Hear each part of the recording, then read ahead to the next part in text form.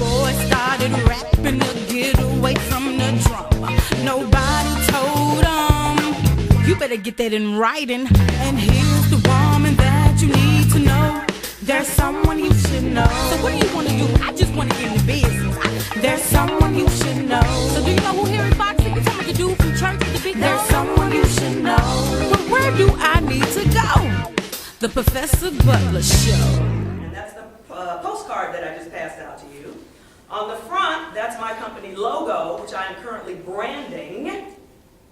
And on the back is the information about the services that I provide, which is a 6-part series on copyright called Conquering the Copyright Conundrum that I do at music industry workshops, conferences, and colleges and universities across the country. Matter of fact, I just got back from the International Soul Music Summit in Atlanta. So I want to make sure that you recognize that we're all in the same business together. So whenever you have the opportunity to plug yourself and your business and your company, that's exactly what you should be doing. So I want to welcome you to registration brought to you by Professor Butler. So you can clap now. Rights. So, how do you get these rights?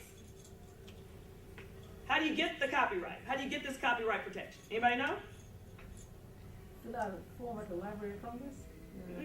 Can you? Oh. The Copyright Office. Can you mail it to yourself? Can you? Oh my God!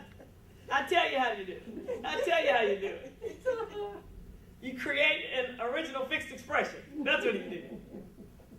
That's how you do it. You create an original fixed expression. Copyright protection is automatic. I don't know how many times I have to say this. It's automatic. Teaching. Teaching in the form of face-to-face teaching and the TEACH Act. Right. Now, a lot of times we will lump this up into something called educational purposes. And then what we'll do is we'll take educational purposes and we'll expand it across all the exclusive rights. You'll notice I didn't say anything about educational purposes under the right to reproduce. I didn't say anything about educational purposes under the right to distribute. I didn't say anything about educational purposes under the right to make derivatives because there are no exceptions to the right to make a derivative at all. Only right to publicly perform. This is where we take the few liberties we get and we just run with them. Give them an instinct, take a mile. Sound recordings do not have the right to publicly perform. I repeat that. Sound recordings do not have the right to public performance in the United States. In other parts of the world, they do. In the United States, they don't. And when I say sound recordings, I'm referring to the sound recording that you guys are privy to in this generation, which is the CD, the MP3. When I grew up, all right, it was the 8-track, but whatever. The CD. Who gets this protection?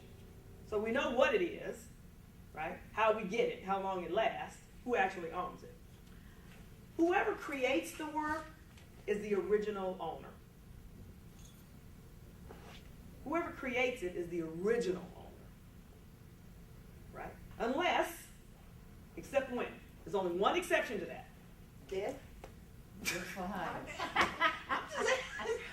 Besides death, We're behind. there's only one exception to that. Work made for hire. Right. So if you created it, you are the original author, you are the original owner. Unless it's a work made for hire, where you're the employee within the scope of employment, or you were specially commissioned to create the work, there's a contract, and it fits within one of those categories. Other than that, you are the original author, you're the original owner. The other exception is worship services. I love the worship services exception. Because it has to be at a place of worship, during a worship service, right?